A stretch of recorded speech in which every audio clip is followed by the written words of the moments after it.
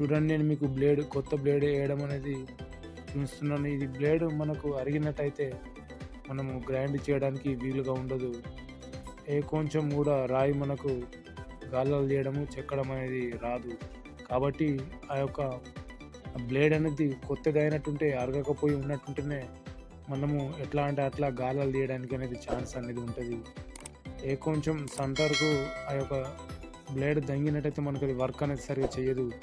కాబట్టి మన తోటి పిండిగిరిని మిత్రులు మీరు ఖచ్చితంగా జగిత్యాల మీ దగ్గర చుట్టుపక్కల ఉన్న అటువంటి ఆహ్, ఎలక్ట్రానిక్ కరెంట్ సామాను దుకాణం గానీ, మన మిల్ స్టోర్ దుకాణాలకెళ్ళినప్పుడు మాత్రం అది కొంచెం క్వాలిటీ బ్లేడ్ తీసుకొచ్చుకున్నట్టయితే మనకు చాలా బాగుంటది. ఒక్కొక్క బ్లేడ్ దగ్గర దగ్గర 100-200 వరకు క్వాలిటీ బ్లేడ్ అయితే 150-200 వరకు మనకు మార్కెట్‌లో అందుబాటులో ఉంది.